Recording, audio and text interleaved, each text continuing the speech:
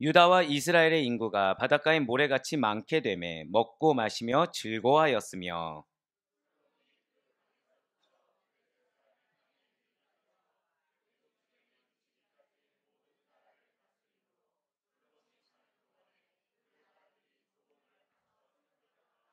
솔로몬의 하루의 음식물은 가는 밀가루가 30고르요 굵은 밀가루가 60고르요.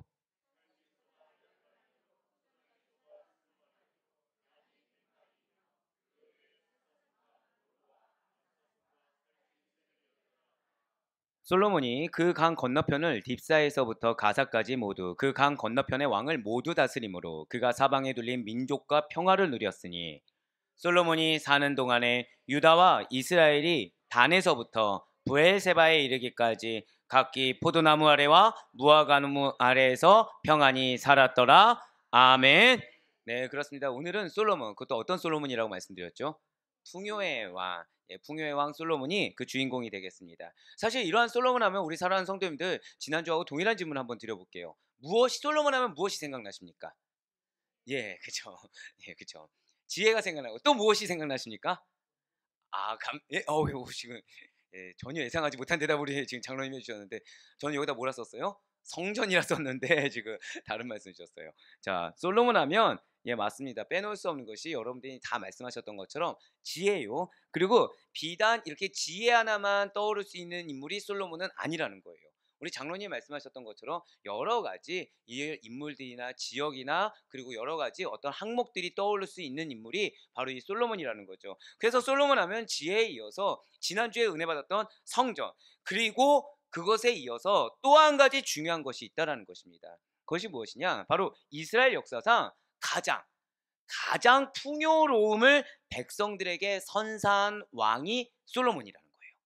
우리가 흔히 그 이스라엘에게 가장 풍요로움 하면은 사실 솔로몬보다는 어떤 분들은 다윗을 생각하기도 하고요. 어떤 사람들은 뭐 아사라든지 여러 가지 다른 인물들을 떠올릴 수가 있습니다. 히스기야라든지. 하지만 이스라엘 역사상 가장 풍요로움이라는 것은 이 솔로몬이 백성들에게 허락해 주었다는 거예요. 자, 그래서 다시 한 번 더 절단을 고백하시겠습니다. 풍요의 왕.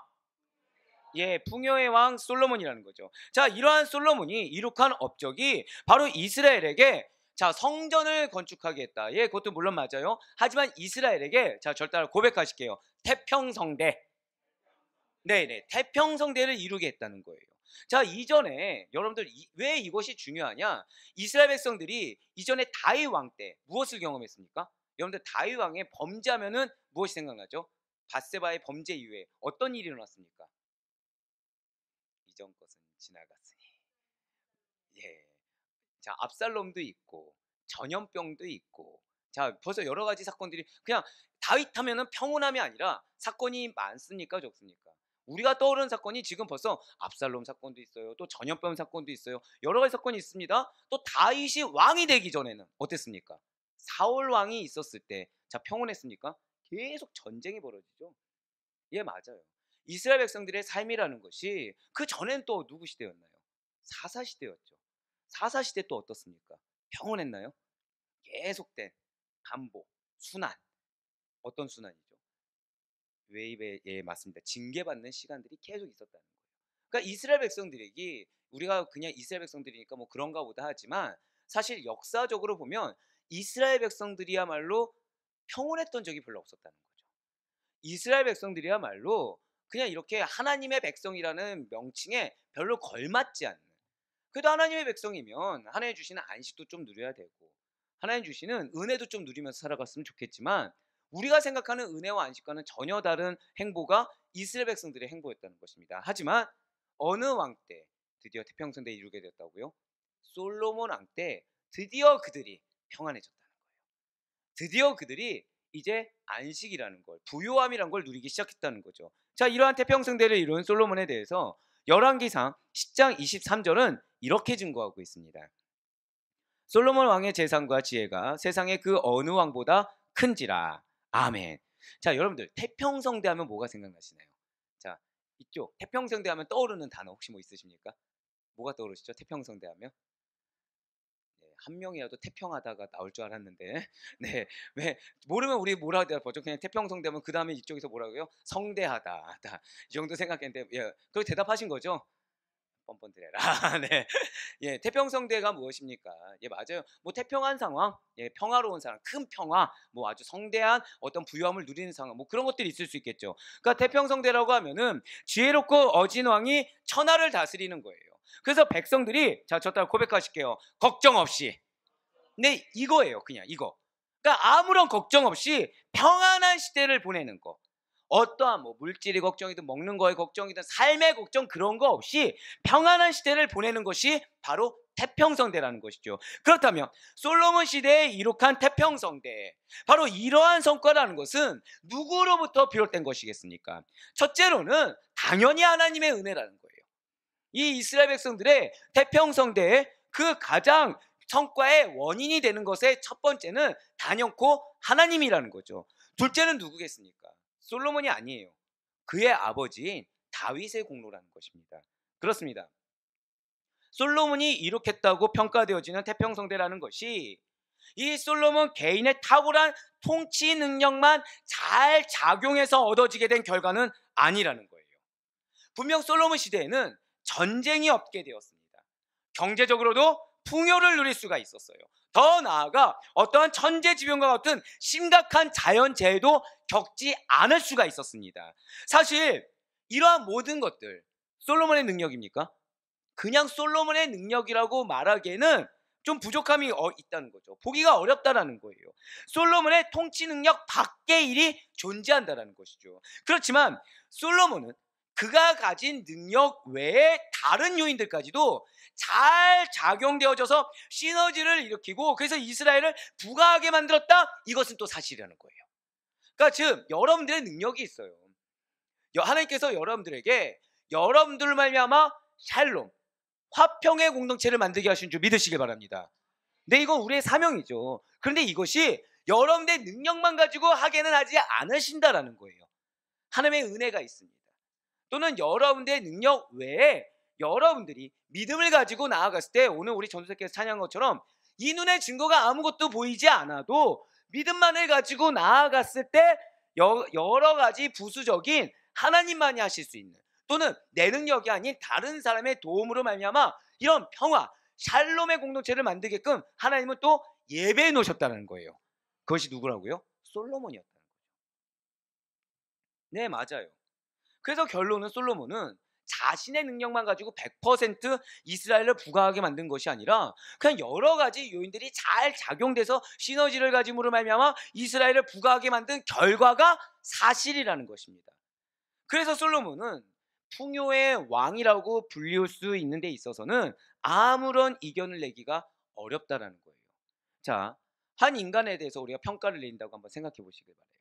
한 인간에 대해서 평가를 내릴 때 그 인간이 살아가고 있는 어떤 사회나 문화 등의 어떠한 외적인 여건과는 동떨어져 생각하거나 판단할 수가 없습니다. 그러니까 예를 들면 자, 여러분들 저하면 뭐가 생각나죠? 아무것도 생각이 안 나는 걸로. 네. 아니면 지금 표정상으로는 약간 욕할 분위기였는데 제가 그 전에 지금 자른 겁니다. 지금. 어제 이제 장례식장을 갔어요. 장례식장 갔는데 저에 대한 소개가 딱 한마디로 축약되더라고요. 우리 금식하는 목사님. 그 얘기 듣는 순간 저 무슨 생각 들어요? 내가 지금 금식 안 하는 게 죄인가 지금 혹시? 금식하고 찾아뵀어야 되나? 자, 그런데 중요한 것은 70년대에 제가 있었다고 생각해보세요. 70년대나 60년대. 그럼 저의 소개가 금식하는 목사님이 타이틀이 될 수 있을까요? 없을까요? 없다는 거예요. 왜요? 그때는 허다했거든요. 근데 지금은 하시는 분이 없는 좀 드문 시대상이라는 거예요. 그러다 보니까 저에 대한 소개가 뭐가 먹힌다? 아니죠. 뭐가 통용되는 거예요? 금식하는 목사님이라는 이런 타이틀이 통용되는 시대상이라는 것입니다. 그게 뭐 교만이 될 수 없죠. 당연히. 왜냐 금식은 뭐 하나님께서 하시는 거지 제가 하는 게 아니니까. 맞습니다. 누군가에 대한 평가, 누군가에 대해서 소개, 누군가에 대해서 말을 할 때 그 사람이 살아가는 사회나 문화 등의 어떤 시대상의 어떤 외적인 여건과 동떨어져 생각하거나 판단될 수는 없다라는 거예요. 왜냐하면 그렇게 평가되어지는 사람이 홀로 독불장군식으로 아무런 환경적, 인적, 물적 영향 없이 성장하거나 무엇을 이루거나 성숙하기란 어렵기 때문이라는 거죠. 그래서 인물에 대해서 이해하고 올바른 평가를 하기 위해서는 그를 만들어내는 인적인 환경과 시대적인 배경이 중요해진다는 것입니다. 자, 사랑하는 여러분들, 제자 훈련하면 여러분들 어떤 목사님 생각나시죠? 옥하는 목사님 생각나시죠? 자, 그러면 중요한 거는 지금 이 시대에 제자 훈련하는 목사님이 안 계십니까? 아니요, 많아요. 근데 중요한 거는 그 당시 때 제자 훈련이라는 타이틀을 가지고 그런 커리큘럼을 가지고 양육하셨던 분은 누구셨던 거예요? 옥하는 목사님이 유일하셨다는 거죠. 그 당시 때는. 예. 그러면은 옥하는 목사님 하면 제자 훈련이라는 이 공식은 그런 어떤 옥하는 목사님을 둘러싼 시대적 배경 그리고 그런 어떤 인적 환경이 중요하게 작용이 되어졌다라는 거예요. 그렇다면 자, 솔로몬 한번 생각해 봅시다. 솔로몬 왕조의 태평성대의 모습에는 이런 솔로몬에 대한 평가를 하기 위한 어떠한 것들이 있었냐라는 거죠. 그러니까 어떠한 인적, 환경적, 물적인 영향이 있었기에 이렇게 풍요의 왕, 태평성대 이런 말을 솔로몬은 들을 수가 있었냐라는 것입니다. 자, 먼저 솔로몬 왕조의 태평시대에는 절 따라 고백하실게요. 이스라엘 국력이 신장되었습니다. 예, 바로 그거예요. 오늘 보면 열왕기상 4장 20절에서 한번 보시길 바랍니다. 유다와 이스라엘의 인구가 바닷가의 모래같이 많게 되매 먹고 마시며 즐거워하였으며. 아멘. 그렇습니다. 여러분들 이 말씀을 보면 어떤 게 생각나십니까? 지금 굉장히 인구가 많다. 예, 맞습니다. 지금 이스라엘 인구가 상당히 많다는 것을 표현해주고 있어요. 이렇게 이스라엘 인구가 마치 무엇처럼요?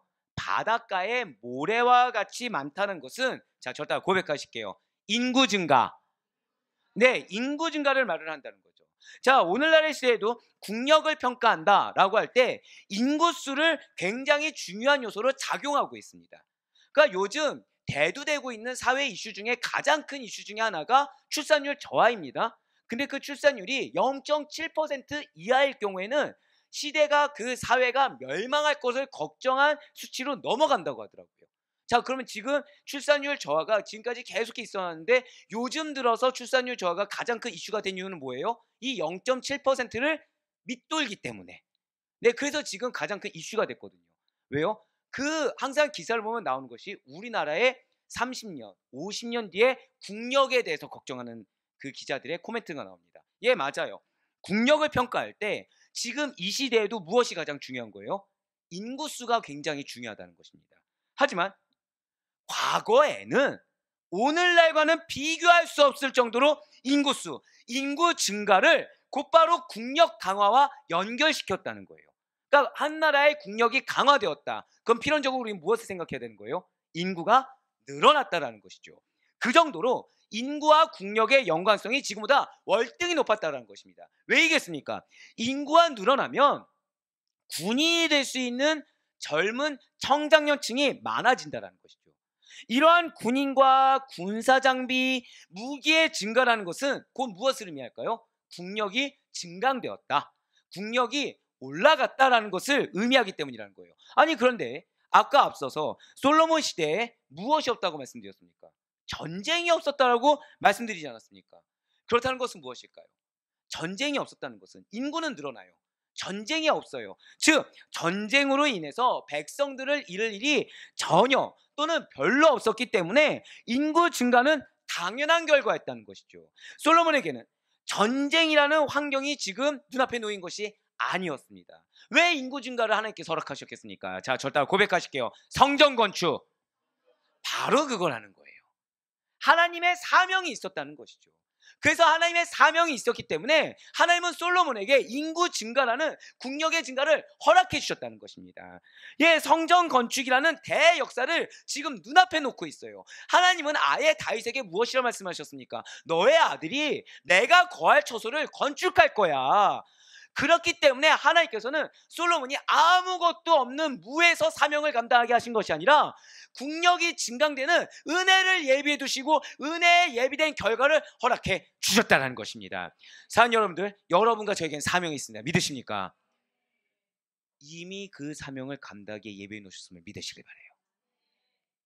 그것을 가로막는 것은 나입니다. 나.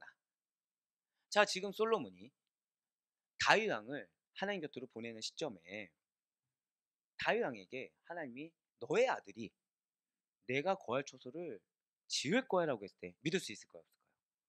믿기가 힘들다는 것입니다. 아버지 다윗이 너무 뛰어나요. 근데 그 아버지 다윗조차 안 되는 것입니다. 아무리 재료를 잘 마련해 놨다고 하더라도 지금 나라가 안정적이었을까요? 아니에요. 방금 전까지 무슨 일이 있었죠? 누구하고 싸웠습니까? 셋째 아들? 예? 아도니아죠. 아도니아죠. 압살롬 발람은 이미 끝났고 아도니아하고의 어떤 왕권 싸움이 있었습니다. 자, 왕권 싸움이 있으면은 백성들이 관심 없이 아유 지네들끼리 싸우는구나 왕이 되나보다 이러겠습니까? 아니라는 거예요. 다른 것도 아니고 다윗 왕의 후계자입니다. 그러니까 우리가 이렇게 생각하면 되죠. 굉장히 훌륭한 뭐 세종대왕 같은 왕이 있다고 생각해 보세요. 그럼 그 다음 후계자가 누구냐? 관심이 있을까요, 없을까요? 관심이 있을 수밖에 없다는 거예요. 그런 상황 가운데 사람들은 누굴 지지하고 있었다고요? 아도니아예요. 근데 자신이 왕이 됩니다. 근데 하나님 뭐라고 말씀하셨다고요? 나는 지금 내 왕권 하나 확립하기도 힘들어 죽겠는데 성전을 건축을 너에게 맡긴다고 하신 거예요. 믿을 수 있습니까, 없습니까? 좀 더 쉽게 말씀드릴까요? 여러분들이 하루 벌어 하루 먹고 산다고 생각해 보시길 바래요. 그런데 하나님이 너는 주님의 몸된 내 교회를 건축할 거야 라고 주셨다 생각해 보세요. 믿을 수 있습니까, 없습니까? 한 명 아멘. 축복이 만배로 있을지어다. 사실은 지금 근데 그 아멘 우리 들으셨죠? 아멘. 사실 아멘이 안 나와요. 왜죠? 내 눈에 뭐가 보여요? 내 현실의 수중에 돈만 보이는 겁니다. 내 여건만 보인다는 거예요. 아멘이 나올 수가 없죠. 왜요? 내 지금 가진 게 없는 거예요. 그러니까 아까 제가 우리 전사님 찬양할 때 소름 돋은 게, 야 하나님은 제가 우리 오늘 교육자들과 회의하면서 우리 교육자들 좋은 이유 딱 하나 얘기했습니다. 기도하는 교육자라서 좋다고 얘기했어요. 감사해요. 네. 왜냐면 여기서 다른 것도 장점이 많은데 왜 저 목사는 왜 이거 기도하는 거밖에 칭찬 안 하지? 라고 하시면 안 되는데 뭐 기도 이상이 뭐가 있겠습니까? 근데 찬양에 뭐가 나왔어요? 제 지금 설교문이 나온 거예요. 설교문이. 증거가 없어요. 사역을 감당할 증거가 없어요. 갈 길도 몰라요. 나는 지금 예배 하나 드리는 것도 힘들 정도고 이렇게 찬양 하나 서는 것도 힘들 정도예요. 근데 뭐라 약속하셨어요? 양을 맡길 거야. 저따가 고백하실까요? 내가 영적 대표입니다. 아멘? 아마 우리 성도님들은 이 사실에 대해서 의심하는 분들은 없을 겁니다. 영적 대표가 무엇이죠? 대표 혼자 됩니까? 아니면은 맡겨진 약무리가 있습니까? 맡겨진 약무리가 있죠. 우리가 뭐 사회처럼 1인 기업은 아니잖아요. 우리 주의 몸된 교회에서 영적 대표는 다 무엇이죠? 다 영적 리더잖아요. 근데 중요한 건 뭐예요? 자, 나는 성경 지식이 뛰어나다. 나는 기도를 지금 하루에 2-3시간 이상씩 잘 준비해서 하고 있다. 지금 한 분이 이러셔가지고 한 분이라도 하시면 안 되는데 지금 나는 지금 하나님의 사명을 위해서 모든 걸 다 포기했다. 있으십니까? 아니요, 없어요. 지금 빨리 내렸습니다. 혹시나 있을까봐. 없어요. 하루하루 삶이 너무 버겁습니다. 내 믿음 지키기도 너무 힘들어요. 근데 하나님은 뭐라고 설명해 주셨다고요? 내가 무엇이다? 영적 대표라는 거예요. 믿기가 힘들어요. 증거도 없고 근거도 없습니다. 하다못해 가족이 변화? 지금 내 눈에는 믿지 않는 믿음의 길과 너무 먼 모습만 보입니다. 근데 또 뭐라고 약속하셨어요? 너를 통해 가족이 믿게 될 거야. 너를 통해 가족이 변화될 거야. 이 말씀을 하셨다는 거예요. 믿을 수 있으십니까? 우리 가족이 아멘 하면 안 되는 건데. 제가 믿음이 없었던 걸로. 믿기 어렵다는 거예요. 힘들죠. 그런데 자, 중요한 거는 솔로몬 앞에 성전 건축이라는 대역사를 하나님이 주셨습니다. 믿을 수가 없는 환경이에요. 자신의 왕권 확립조차 힘든 상황입니다. 그런데 저따 고백하실까요? 하나님은 사명을 주시면, 크게 고백하실게요. 당신이 이루십니다. 할렐루야. 맞아요. 당연히 건축에 참여할 사람이 많이 필요했습니다. 그 하나님 무엇을 하셨어요? 전쟁을 없애셨어요. 그리고 하나님께서는 그것에 맞춰서 인구가 증가하도록 섭리하셨는 줄 믿으시길 바랍니다. 예, 인구 증가와 함께 이스라엘은 국민 소득까지도 높아지게 되었다는 거예요. 할렐루야. 바로 열왕기상 10장 14절과 15절의 말씀입니다. 솔로몬의 세입금의 무게가 금 666달란트요 그 외에 또 상인들과 무역하는 객상과 아라비아의 모든 왕들과 나라의 고관들에게서도 가져온지라. 아멘. 제가 이 문장 때문에 조금 많이 연구하고 고민했는데 엄청난 결과더라고요. 왜냐하면 지금 솔로몬 왕이 무엇을 확립했냐면, 왕권을 확립한 다음에, 자, 절대 고백하실게요. 조세제도, 예, 지금 따지면 세금제도 있잖아요. 세금제도를 확립합니다. 그래서 경제적인 안정을 먼저 꾀해요. 자, 제일 먼저 무엇을 했다고요? 당연히 신앙을 하면서 신앙의 믿음 위에 섰는데, 나라 정책적으로 무엇부터 했다? 경제적인 안정을 먼저 꾀하기 위해서 어떤 제도요? 조세제도를 확립합니다. 솔로몬은 세금 징수와 그리고 무역에서 얻는 이 주변 국가들로 받는 조공 징수 등으로 막강한 부를 누렸다는 거예요. 이러한 솔로몬이 1년 동안 세금으로 거둬들인 금의 양이 지금 몇 달란트라고 나와 있죠? 666달란트라고 나와 있습니다. 그 한 달란트가 1400명의 노예를 살 수 있는 가치를 가졌어요. 그러니까 대략 1년의 세금이 어느 정도냐면 93만 2,400명의 노예를 살 수 있을 정도가 1년의 세금이었다는 거예요. 자, 이익이 아니라 세금이 어느 정도였다고요? 대략 100만. 93명 뭐 몇 명이니까 100만 정도 되는 노예를 살 정도의 세금이 거쳤다는 것입니다. 그런데 이렇게 하나님께서 부요하게 하신 데는 반드시 이유가 있었다는 거예요. 그것이 무엇이 때문이라고요? 절대 고백하실게요. 성전 건축. 한 번 더 고백하실까요? 나를 향한 사명이 있습니다. 아멘? 저는 여러분들의 물질을 두고 기도하고 있습니다. 전 여러분들의 은혜, 환경에 따른 변화의 은혜와 여러분들의 성장을 두고 기도하고 있습니다. 믿으십니까? 그러기 위해서 여러분들이 지금 이 사실을 깨달아야 돼요. 여러분들 은혜 받기 위해서 다른 게 중요한 게 아니에요. 여러분들의 삶의 변화와 성장을 위해서 다른 게 중요한 것이 아닙니다. 지금 솔로몬이 무엇이 가장 중요했었다고요? 다윗 왕이 소천했을 때 무엇이 가장 중요했다고요? 한번 저따 고백하실게요. 왕권 확립. 예, 현실적으로 무엇이 중요했어요? 왕권 확립이 중요했어요. 하지만 솔로몬은 뭐에 집중했습니까? 저따 고백할게요. 사명. 사명에 집중했어요. 이것이 가장 중요합니다. 내가 내 환경에 나를 맞출 것이냐, 사명에 나를 맞출 것이냐, 이거의 결과가 극명하게 다르다는 사실을 여러분들 꼭 믿으시길 바래요. 지금 솔로몬은 사명에 자신의 포커스를 맞췄습니다. 그때 어떻게 하셨나요? 다윗 왕 때도 이루지 못할 부요함을 주셨어요. 우리 가운데 자, 나는 물질에 초연하다 있으세요? 사실 없습니다. 있으면 좋다고 다 여기세요. 맞아요. 우리 가운데 은혜를 바라지 않는 분은 단 한 분도 없어요. 근데 중요한 것은 누군가는 은혜를 받는데 누군가는 맨날 깨지기만 하는 거예요. 누군가는 맨날 하나님 칭찬받아서 하나님이 상급 주시고 은혜 주신 걸 경험하는데 누군가는 맨날 눈물의 씨앗을 뿌려야 된다는 거죠. 어떤 차이입니까? 어떤 차이일까요? 물론 하나님의 때가 다를 수가 있겠죠. 하나님의 방법이 다를 수가 있겠죠. 근데 중요한 거는 우리의 마음가짐에서부터, 우리의 마음의 중심에서부터 차이가 있다는 것입니다. 사명이 우선돼 우리가 되길 간절히 소망합니다. 사명이 우리에게 크게 왔을 때 사단은 우리로 하여금 무게감 먼저 느끼게 해요. 근데 이미 그게 착각이라는 거죠. 사명 누가 주시죠? 사명 누가 주십니까? 주신 이가 하나님이시면 책임지신 이도 누구십니까? 결과는 누가 주십니까? 할렐루야! 근데 사단은 내가 하는 것처럼 착각하게 한다는 거예요. 사단은 내가 감당하는 것처럼 착각하게 한다는 거죠. 하나님이 주셨으면 하나님이 하시는 건데 내가 하는 것처럼 착각하게 한다는 거예요. 제가 이번 주간이 회개의 주간입니다. 유례 없이 바쁜 거예요. 근데 감사거리 천지입니다, 사실은. 자, 개척교회 목사예요. 책 낼 수 있습니까, 없습니까? 불가능해요. 근데 초고를 달라고 독촉 전화를 받았어요. 작은 출판사가 아닙니다. 작은 출판사가 아니에요. 근데 제 마음에 뭐가 있었을까요? 불만이 생기는 거예요. 바빠 죽겠는데. 이번 주 뭐가 있죠? 돌아온 주에? 감사해요. 네. 자, 잠깐 광고. 양육은 1시부터 이루어질 예정입니다.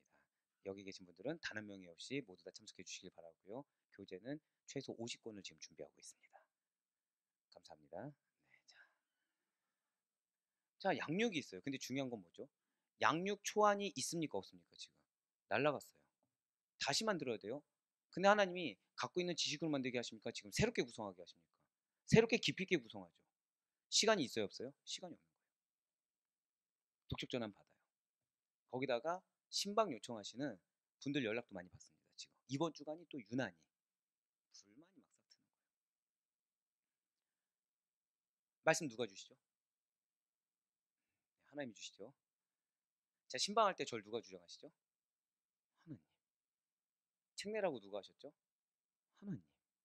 양육 누가 하라고 하셨습니까? 하나님. 그럼 누가 하시죠? 하나님이 하시는데 제가 제 마음 가운데 스스로가 부담감을 느끼고 있는 거예요. 시간도 없는데 해야 될 건 많은데 이걸 순차적으로 해야 되는데 왜 한 번에 다 몰리는 걸까? 누구랑 똑같죠? 여러분들이 무언가 하려고 할 때 기가 막힐 정도로 막 일이 몰리지 않습니까? 똑같아요. 똑같아요. 근데 하나님은 우리한테 눌리라고 주신 것이 아닙니다. 저다 고백하실까요? 은혜를 체험하라. 은혜를 체험하라고 주신 건데 나는 막 부담감이 어마어마한 거예요. 다 내가 하는 것처럼 착각이 되는 거죠. 하나님 막으시면 한 문장도 텍스트를 칠 수가 없는 건데 자, 제 설교 짧습니까? 깁니까? 이번 주에 특별히 어땠죠? 아, 똑같았나요? 감사해요. 예. 좀 깁니다, 이번 주에. 오늘은 어떨까요? 지금 뒤에서 한숨 쉬고 있어요, 방송팀이. 저러면은 오늘 지금 10시에도 안 끝날 텐데 지금 한숨 쉬고 있거든요. 깁니다. 그럼 결국 무엇이죠? 설교 내용 다 누가 주세요? 하나님 주세요. 근데 주시는데 저는 무엇부터 하고 있었다고요? 부담감에 걱정부터 하고 있었던 거예요. 저는 지금 사명을 생각했습니까? 아니면 내가 감당한다고 착각하는 책임을 생각했습니까? 책임이라고 착각했던 거예요. 사명이 우선인 줄 믿으시기 바랍니다. 솔로몬이 그랬어요. 솔로몬은 지금 자신의 눈앞에 급박한 상황이 있습니다. 해결되지 않으면 우리가 생각했을 때 그냥 왕권 확립 잃어버리면 끝이지만 왕권 확립되지 않으면 목숨이 위협을 당할 수가 있어요. 왜요? 이미 아도니아를 지지했던 세력이 남아있으니까 안 남아있습니까? 남아있다라는 거예요. 그러니까 지금 제일 현실적으로 제왕학적으로 가장 시급한 것은 왕권 확립하는 것이지 성전 건축이 급박한 것이 아니었다라는 거예요. 그런데 솔로몬은 하나님이 제일 중요했습니다. 솔로몬은 사명 앞에 섰어요. 할렐루야. 그래서 하나님께서는 성전 건축을 위해서 배려해 주셨습니다. 바로 하나님께서 부요하게 만들어 주셨다는 거예요. 진실로 하나님께서는 솔로몬이 나라를 다스리고 국가적인 사업을 하는 데 있어서 이 성전 건축을 위해 아무런 지장이 없도록 절대 고백하실까요? 솔로몬의 환경을 도와주셨습니다. 할렐루야. 환경을 뭐 때문에 도와주셨다고요? 사명 때문에 도와주셨다는 거예요. 여러분들의 사명을 견고하게 할 수 있길 간절히 소망합니다. 여러분들의 입술이 현실의 말이 나오잖아요. 빨리 회개하세요. 빨리 돌이키세요. 그게 우리가 은혜 받고 그게 우리가 하나님의 역사를 경험할 수 있는 지름길인 줄 믿으시길 바랍니다. 사명을 감당하기 위해서라면 하나님께서 환경을 주장해 주신다는 거예요. 오늘날 우리나라는 선교 2위국이라는 명예를 갖고 있습니다. 어떻게 해서 이렇게까지 우리가 쓰임받을 수가 있게 된 것입니까? 실제로 많은 우리 성도님들께서 선교사님들에게 후원을 아끼지 않고 계시다는 거예요. 그러니까 선교사님들이 기도하면 우리나라에서 각각의 지교에서 보내주는 후원으로 거침없이 사역을 감당할 수가 있다는 거죠. 근데 어떻게 해서 이렇게 쓰임받을 수가 있냐는 거예요. 진실로 하나님께서 70년대 80년대 생각해 보시길 바랍니다. 우리나라 70년대 80년대 무엇이 있었죠? 경제 대부흥이 있었어요. 급격한 경제 성장과 더불어서 무엇이 있었냐? 교회가 부흥하기 시작합니다. 그래서 사역과 선교와 구제에 70년대 80년대만큼 힘썼던 시기가 없었다는 거예요. 결국 우리나라의 경제 부흥, 교회 부흥 왜 주셨습니까? 하나님 당신의 사역을 위해서 여건을 마련해 주셨다는 사실을 여러분들 반드시 잊지 마시길 바라겠습니다. 세계가 놀랄 만큼 괄목할 만한 경제성장의 배후에 하나님의 선교적인 비전이 숨어있다는 점을 잊지 마시길 바라요. 그렇습니다. 여러분들의 강건함, 여러분들의 풍요로움, 여러분들의 여유라는 것은 사명을 위한 거란 사실을 잊지 마셔야 된다는 거예요. 우리의 여건은 주님의 사명을 위한 발판입니다. 저 따라 고백하실까요? 나의 여건은 사명을 위한 발판입니다. 바로 그거예요. 제가 취업을 두고서 우리 청년들을 위해서 기도할 때 딱 제일 먼저 기도하는 게 하나가 있습니다. 배우자든 취업이든 그 중요한 인생의 갈림길이잖아요. 무엇을 두고 기도하냐면 사명을 깨닫게 달라고 기도해요. 사명보다 결혼이 앞서지 않을 수 있도록, 사명보다 취업이 앞서지 않을 수 있도록 해달라고 기도합니다. 사명이 있잖아요. 보내세요. 사명이 있잖아요. 만날 축복을 경험하게 하십니다. 사명을 깨달으면 왜요? 그 공동체에 누구로 말미암아 변화되는 거예요? 사명 있는 자로 말미암아 변화되어야 되는 거거든요. 그리스도인은 월급 받기 위해 공동체를 가는 것이 아닙니다. 그리스도인은 사명을 감당하기 위해서 직장과 사업장이 허락되는 줄 믿으시길 바라겠습니다. 맞아요. 우리의 여건은 주님의 사명을 위한 발판이기 때문에 우리는 게으른 종이 되어서는 절대 안 됩니다. 우리는 아나니아와 삽비라와 같이 되어져서도 절대 안 된다는 거예요. 우리에게 조금이라도 하나님께서 허락하신 시간, 하나님께서 허락하신 물질이 있을 때 하나님께서 주신 사명을 위해서 믿음으로 결단하며 나아가 잘 감당하셔서 언제나 칭찬받는 종으로 끝까지 승리할 수 있는 여러분과 제가 되길 간절히 소망합니다. 남이 어떻게 하느냐를 보지 마세요. 하나님이 나에게, 절대 고백하실까요? 나에게 무엇을 주셨습니까? 이것이 가장 중요한 거예요. 나에게 사명을 무엇을 주셨습니까? 이것이 중요한 것이지 다른 사람이 어떤 대우를 받냐, 다른 사람이 얼마큼 하냐, 이것은 중요하지 않다라는 거예요. 왜요? 하나님은 나를 위해 펼치신 사명이 있어요. 그 사명을 위해서 나를 위해 예비하신 것이 있다는 거죠. 예, 맞습니다. 솔로몬 왕조의 태평성대의 모습의 첫 번째는 바로 하나님의 사명을 위한 이스라엘 국력의 신장이었습니다. 그리고 두 번째는 절대 고백하실까요? 왕국의 풍요. 예, 왕국의 풍요를 누렸다는 거예요. 이렇게 풍요를 누리게 된 솔로몬 왕궁이 바뀐 것이 가장 먼저 최고의 식사입니다. 그러니까 이전과는 다른 최고의 식사를 그들이 경험하게 됐다는 거예요. 자, 돈이 많아지면 개인이든 국가든 사치란 것을 하기 마련입니다. 자, 그리고 이것은 솔로몬의 왕국에서도 예외가 아니었다는 거죠. 그의 왕궁에서 하루에 소비되는 식사량이 어마어마했다라는 거예요. 이에 대해서 성경은 이렇게 기록하고 있습니다. 열왕기상 4장 22절과 23절의 말씀입니다.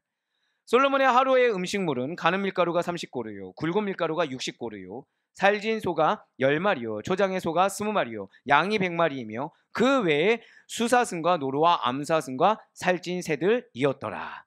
아멘. 솔로몬의 하루의 음식물입니다. 방금 이게. 자, 나는 대식가에서 하루에 소 한 마리 정도는 거뜬히 먹는다. 있으십니까?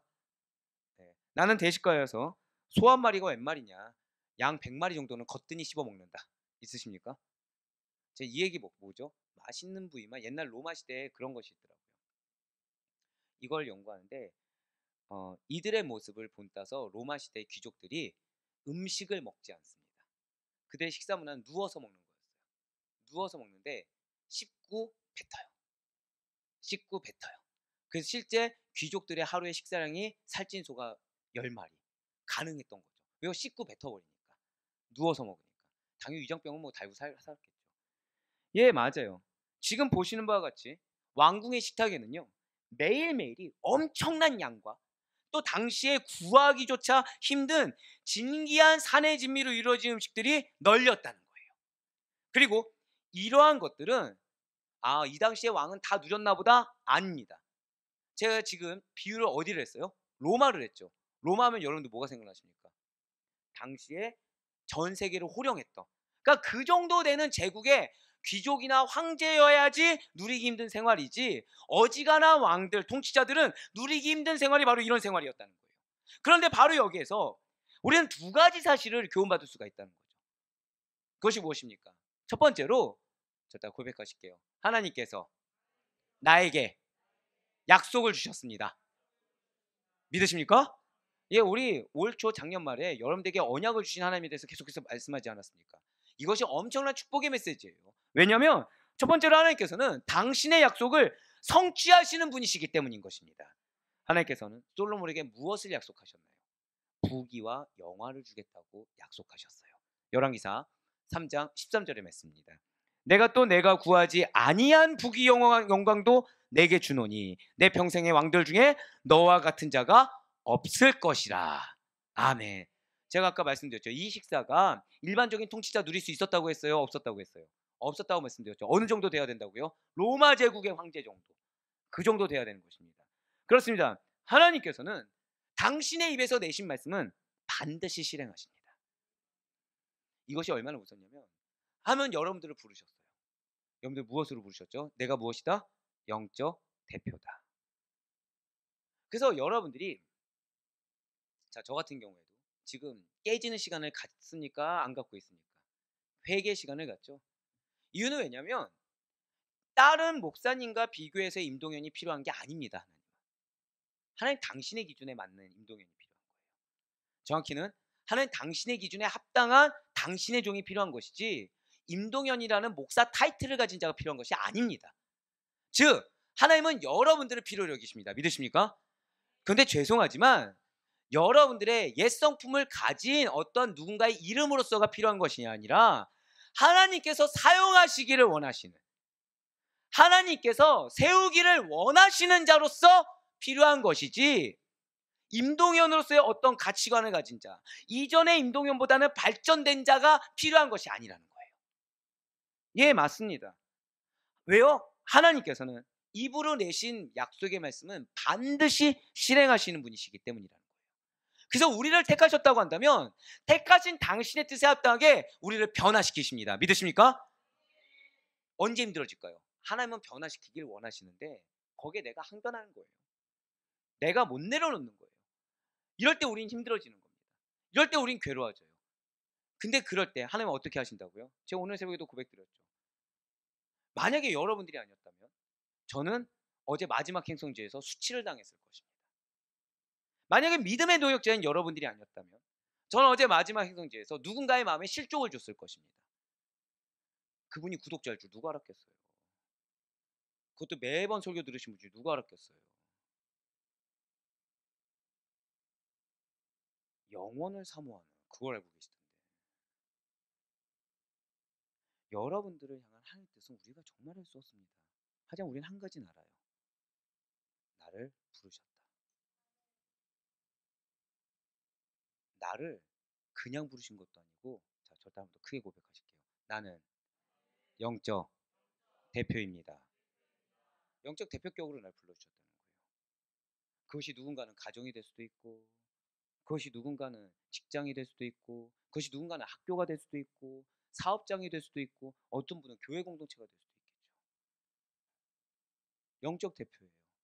그럼 뭐가 돼야 될까요? 한 번 더 쳤다가 고백하실게요. 내가 반드시 신앙의 모본이 되겠습니다. 이게 기준 되길 간절히 소망합니다. 이걸 놓쳤을 때 우리는 자꾸 비교할 만한 다른 사람, 나의 이전의 경험, 나의 이전의 지식, 내가 그리고 지금 내려놓지 못한 영역만을 붙잡게 될 것입니다. 하지만 하나님이 나를 신앙의 모본으로 삼기를 원한다 라고 하는 순간 우리의 기준은 누가 돼요? 하나님이 돼요. 우리는 코람데오에 대해서 큰 은혜를 받았어요. 새벽에. 여러분들 코람데오 하면 어떤 단어가 생각나십니까? 위엄. 또 뭐가 생각나죠? 영광. 자, 이제 또 뭐가 생각나실까요? 와, 할렐루야. 성품. 또 뭐가 생각나시죠? 여기까지인 걸로. 자, 나머지는 어제 설교와 오늘 설교 들어보시면 압니다. 위엄, 영광, 인격, 성품. 그런 하나님 앞에 서 있는 거예요.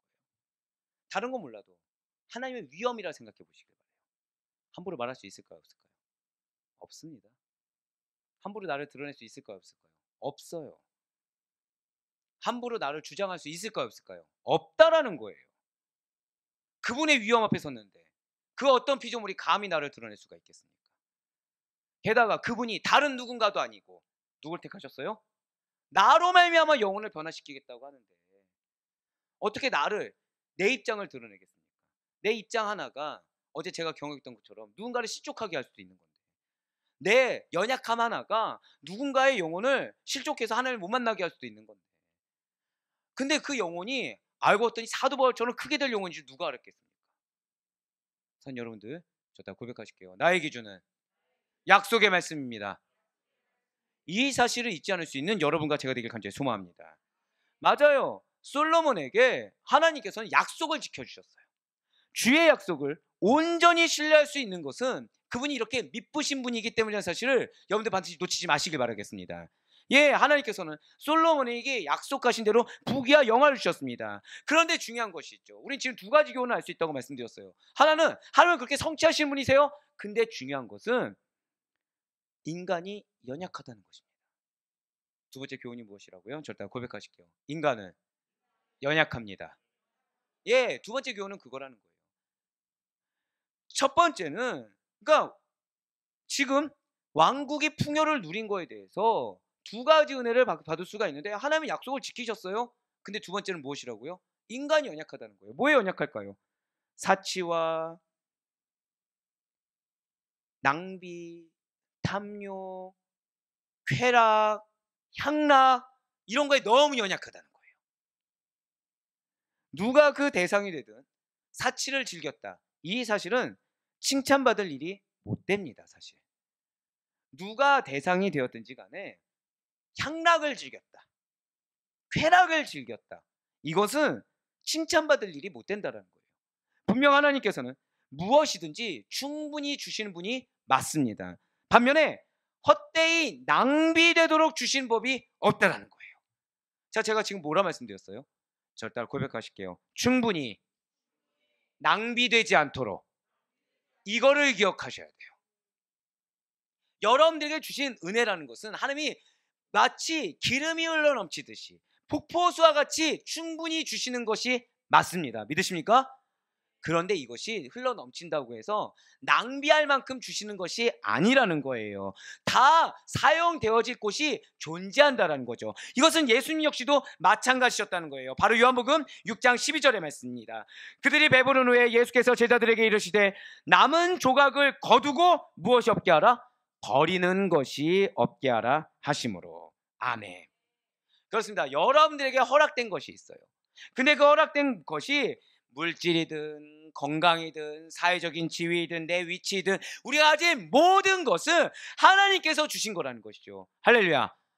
그렇기 때문에 최소한의 필요를 제외하군요, 하나님을 위해 허락된 영혼을 위해 남겨두는 것이 성도의 할 일이라는 거예요. 그리스도인은 자신의 소유물의 주권자가 누구인지, 그리고 그 소유물의 사용 용도가 무엇인지를 잊지 말아야 된다는 거죠. 언제든지 이 점을 유념해야만 합니다. 그래서 나에게 주신 것들을 함부로 낭비하는 일이 없도록 해야 하는 것, 이것이 성도의 마땅한 자세한 사실을 잊지 마시길 바라겠습니다.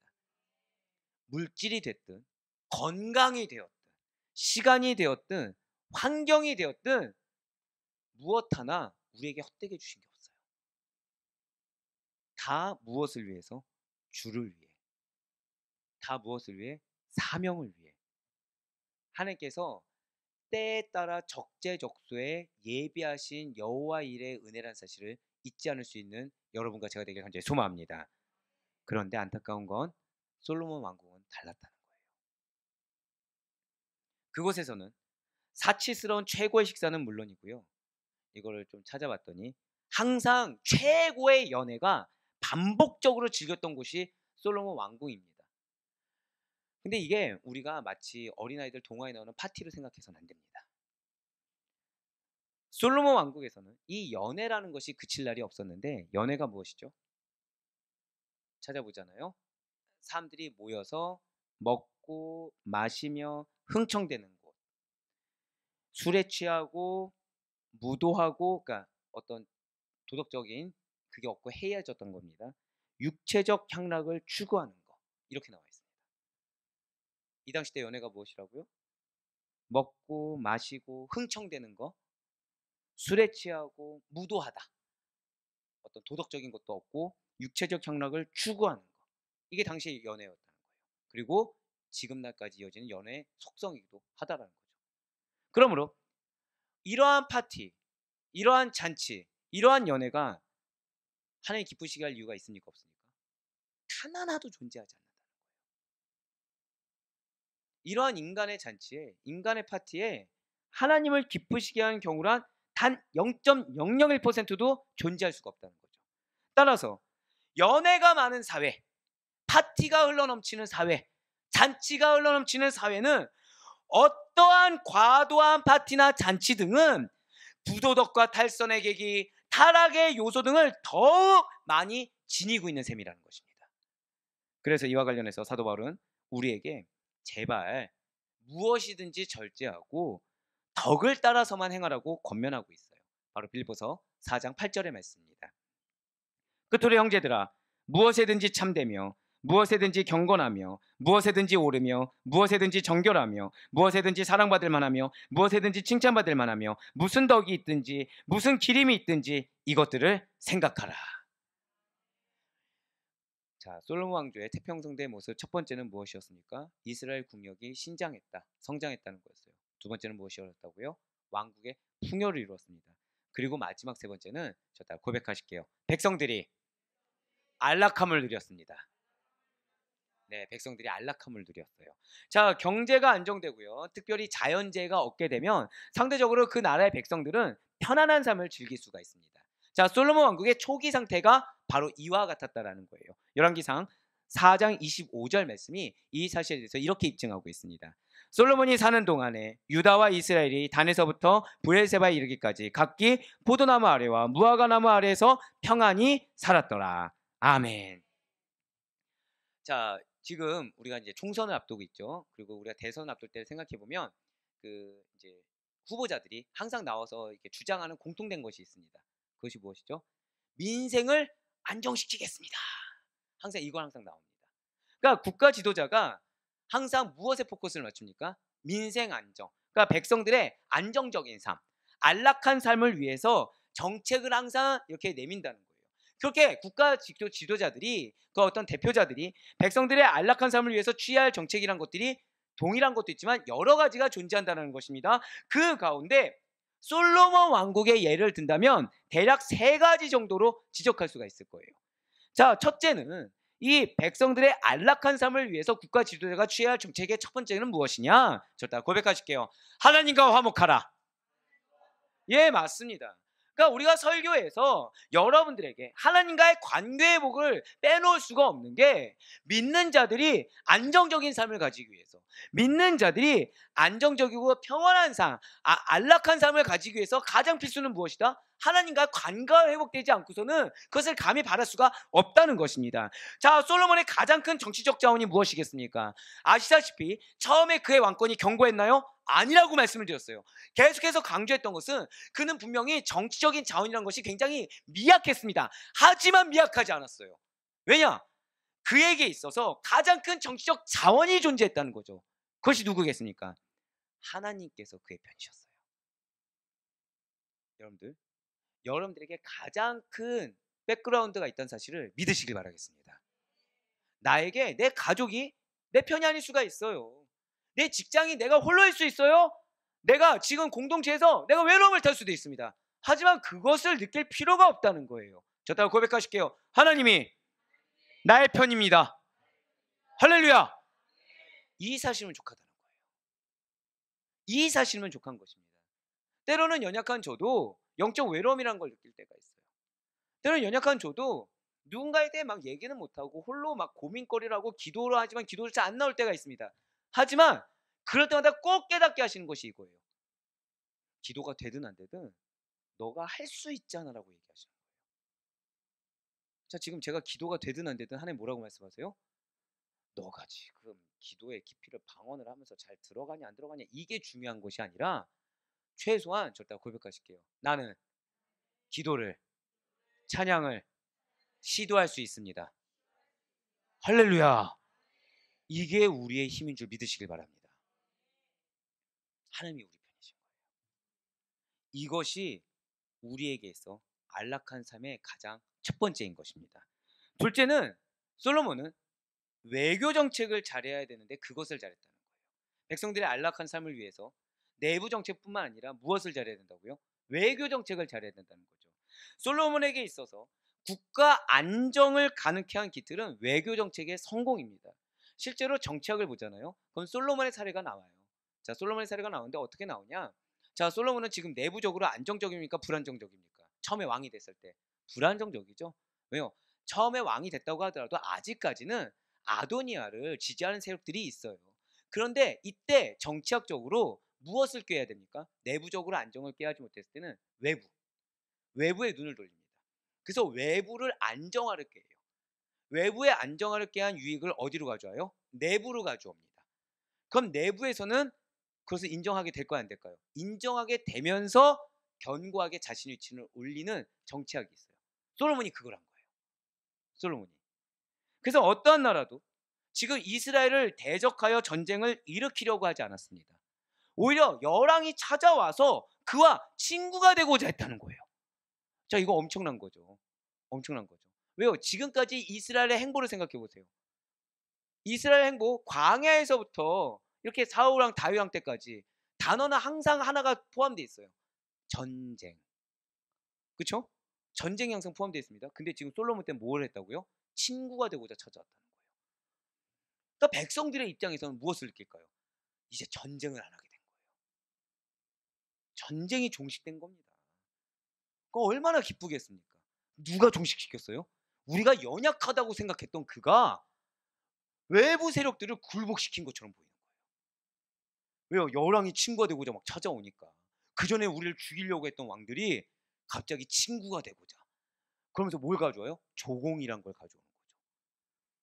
이스라엘 백성들은 어떤 마음이 있을까요? 아, 아도니아가 왕이 됐으면 맨날 전쟁인데 솔로몬은 진짜 하나님이 함께 하시는구나. 하나님의 지혜가 있구나.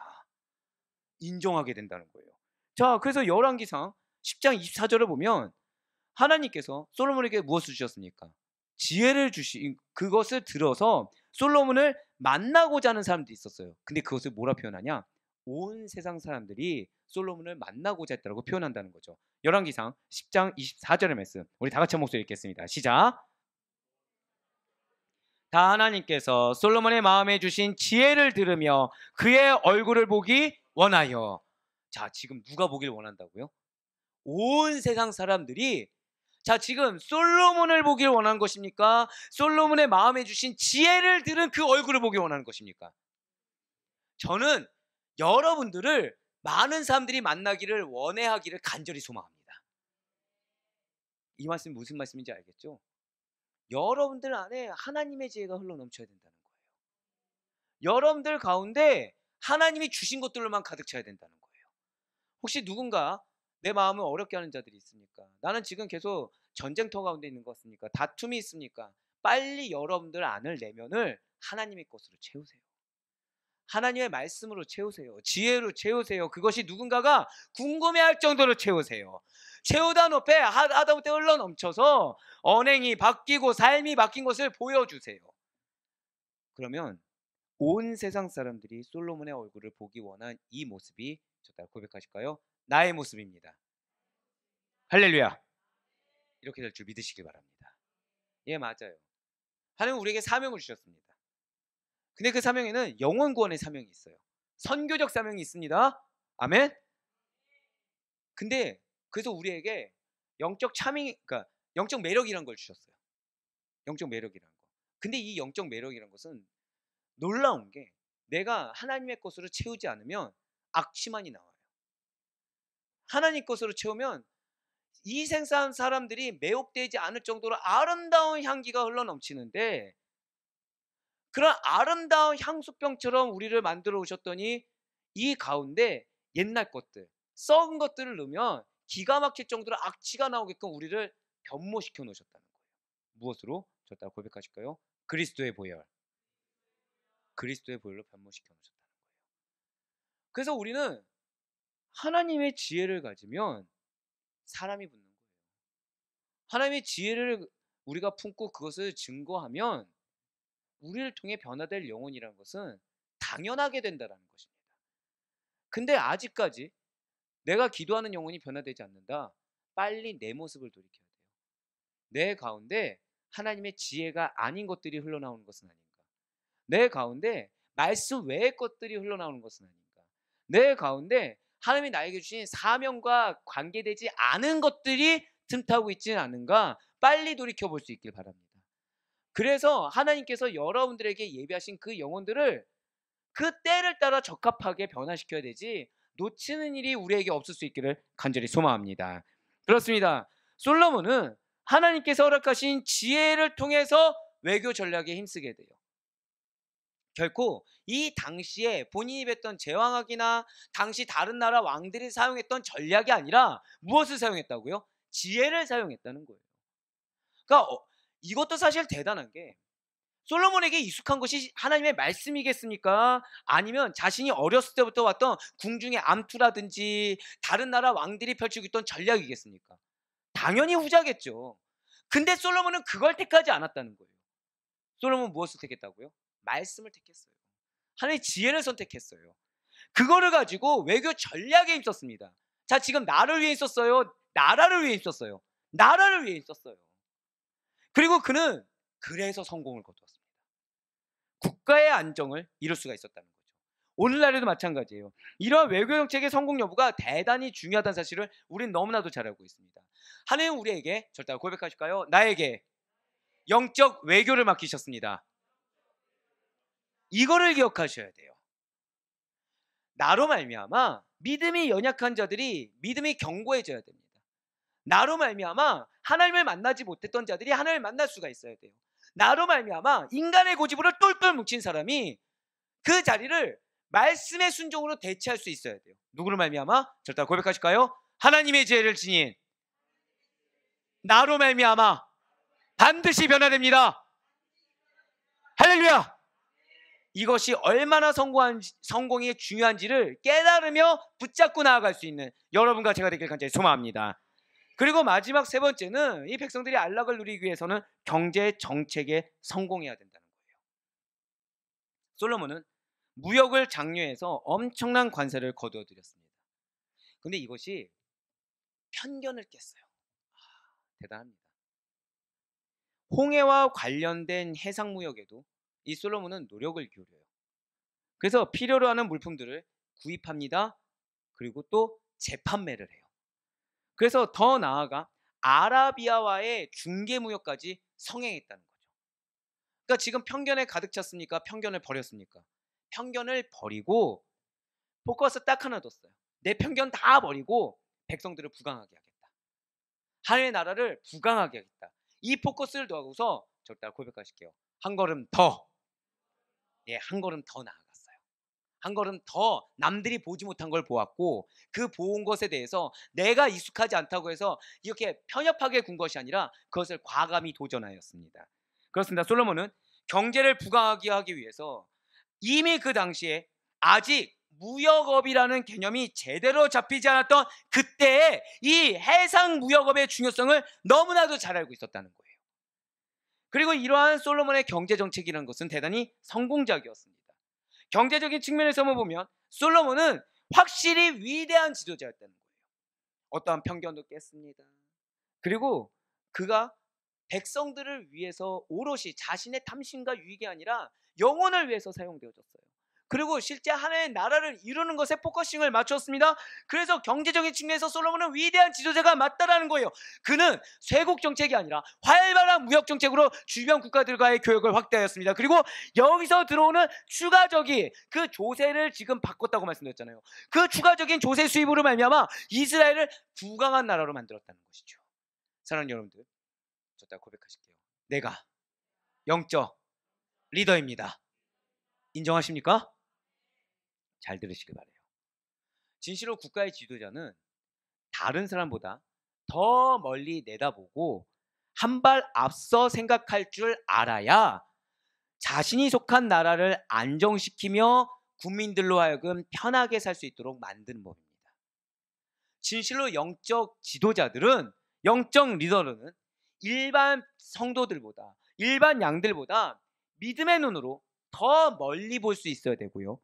한 발 앞서서 행하며 생각할 줄 알아야 되며 그래서 공동체를 안정화시키는데 최우선을 두고 영혼들로 하여금 영적 평안감을 누리게 살 수 있도록 만드는 것이 리더란 사실을 잊지 마시길 바래요.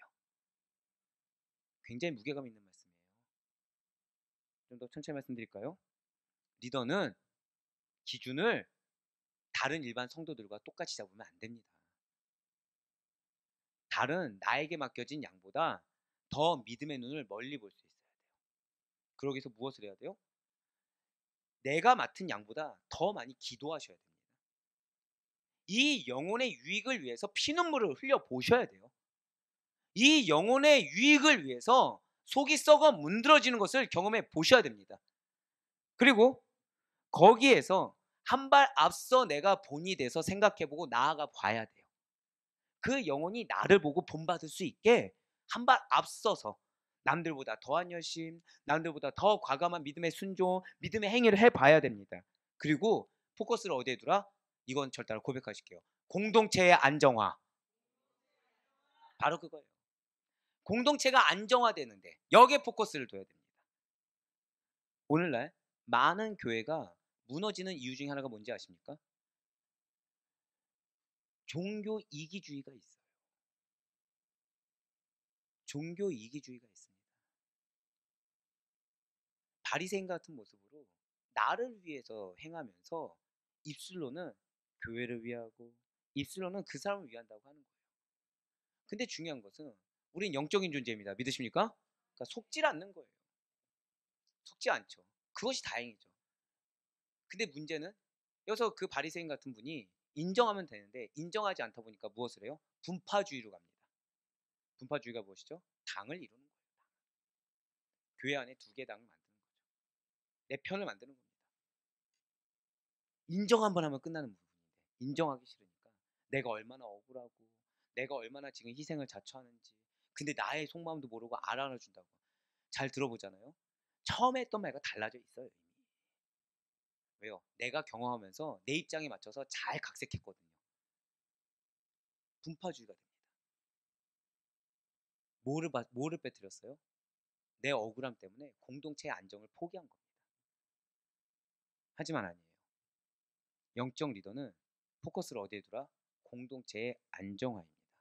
그리고 더 중요한 거는 나에게 맡겨진 영혼이 평안하게 안식을 누릴 수 있도록 평안하게 주님 안에서 평강을 누릴 수 있도록 도와주는 것. 이것이 리더자들의 자세이고 직분자의 자세인 줄 믿으시기 바랍니다. 나를 주장하느라 맡겨진 양들이 불편해하는 게 아니에요. 나를 주장하느라 내가 받을 분기 때문에 사실은 영혼의 성장을 분기수로 하나님께서 허락해 주셨는데 그게 아니라 더 인정받길 원합니다. 더 많은 권한을 누리길 원해요. 더 많이 채워받길 원해요. 그래서 정작 이 양들도 중요한 거는 머리는 알겠지만 이 양보다 지금 누가 더 중요해요? 내가 더 중요한 거예요. 근데 그거 몰라주면 섭섭해합니다. 그거 몰라주면 섭섭해함이 이제 대상을 그 영혼한테 상해요. 그러면서 이게 잘못된 거라니까 무엇을 꾸린다고요? 분파를 꾸리는 거예요. 내 억울함을 위해서. 우리 아데포의 교회는 그런 안타까운 일이 없기를 간절히 소망합니다. 우리는 영적 지도자입니다. 믿으십니까? 모든 성도들의 직분하라고 말씀드렸어요. 그렇기 때문에 이렇게 공동체를 안정시키고 영혼을 평안하게 살릴 수 있는데 하나님께 귀하게 쓰임받을 수 있는 여러분과 제가 되길 간절히 소망합니다. 그리고 솔로몬이 그렇게 했어요. 한 걸음 더 앞서 생각하고 시행해서 백성들의 안락한 삶을 이룰 수가 있었습니다. 그래서 앞서 말씀드린 대로 태평성대를 누리도록 이끌었다는 거예요. 이러한 솔로몬 왕국의 태평성대는 혼자임이 아니라고 말씀드렸습니다. 첫 번째가 누구의 은혜라고요? 하나님의 은혜. 정확히는 하나님께서 솔로몬에게 약속하신 축복의 성취로 이룩한 것이요. 두 번째는 무엇이었습니까? 선왕, 아버지였던 다윗 왕의 훌륭한 정치와 다스림의 결과였다라는 거예요. 그리고 바로 이러한 모습이 예수 그리스도의 공로와 그리스도 안에서 하나님께서 베푸신 은혜로 말미암아 영원한 안식을 누릴 우리 성도님들의 축복된 삶의 모형이 되고 있습니다. 여기까지는 참 좋아요. 근데 솔로몬은 안타깝게도 마무리가 다르다. 마무리가 처음 같지가 않게 되었어요. 나라의 막강한 부를 군사력을 높이는 데 투자하고 자신을 과시하는 데 사용함으로써 점차 타락의 길로 빠지게 됩니다. 사는 여러분들, 우리가 사명을 놓치잖아요. 사명보다 내가 더 중요하게 되잖아요. 우리가 갈 길은 동일해집니다. 우리가 갈 길은 타락의 길 외에는 없어요. 무엇을 놓치면요? 사명을 놓치면. 누가 중요해지면? 내가 중요해지면 우린 필연적으로 타락의 길로 갈 수밖에 없습니다. 자, 사명 누가 주셨습니까? 자, 우리에게 영혼 누가 주셨어요? 하나님이 주셨어요. 하나님이 주신 것보다 내가 더 중요하다. 이거 우리 흔히 뭐라고 하죠? 교만이요, 죄라고 합니다. 그럼 죄의 길의 끝은 무엇이죠? 타락인 거예요. 타락인 거예요. 그렇습니다. 솔로몬은 너무나도 당연한 이유 앞에 군대를 강화하였습니다. 자, 예나 지금이나 공통된 것이 있죠. 그것은 국가가 막강한 군사력을 보유하게 되면 외세의 침략 없이 자주적인 국방을 실현시켜서 국가가 추진하고자 하는 계획을 어떠한 강대국의 눈치를 보지 않고 진행해 나아갈 수 있다는 장점이 있습니다. 그러니 국가의 백년 대계를 위해서 솔로몬 당시에 이 군비 증강을 통해 국방력 강화한다는 거, 이거 맞는 걸까요? 틀린 걸까요? 일견 보기에는 당시에 시대상으로 봤을 땐 꼭 필요한 군사 정책인 것은 맞다라는 거예요. 하지만 신앙적인 측면에서는 바람직한 결정이 아니었다는 것입니다. 산 여러분들, 절대 고백하실게요. 정답이 아닙니다. 이거를 여러분들 절대 놓쳐서는 안 됩니다. 정확히 제가 이 말씀을 한 달 반 전 금철 때 제가 처음에 얘기했어요. 정답이 아니라는 것을. 자, 지금 솔로몬의 군사 정책 정답입니까 아닙니까? 정답이에요. 근데 신앙적인 측면에서는 정답입니까 아닙니까? 아니라는 거예요. 여러분들이 하나님 앞에서 항변하는 것이 인간적이고 세상적인 것에서는 정답일 수 있습니다. 하지만 신앙적인 측면에서는 정답이 아닐 수가 있다는 거예요. 지금 솔로몬에게 필요한 것은 군비 증강이 아닙니다. 20년 기간 동안 지금 성전을 건축하면서 장기간에 걸쳐서 성전 건축이 결국 무엇입니까? 토목과 건축공사예요. 이거 누가 했죠? 백성들이 했죠. 그 백성들이 20년 동안 노가다를 했다고 생각해 보시기 바래요. 20년 동안 건축 일을 했다고 하면 생각해 보세요. 힘드니까 안 힘드니까? 힘들겠죠. 자, 뭐 월급 줍니까? 아니잖아요. 이스라엘 백성이죠. 선민이에요. 자, 하나님이 모세 율법 통해서 성전, 성막에 우리 출애굽기 기억하고 계시죠? 성막을 건축하는데 이스라엘 장정들 동원합니까 안 합니까? 다 동원하죠. 그 출애굽기 말씀에 동원한 이스라엘 백성들에게 몇 달란트를 주었더라 있습니까 없습니까? 전혀 없어요. 근데 무보수로 몇 년 동안? 20년 동안. 20년 동안 무보수면 마음이 어떨까요?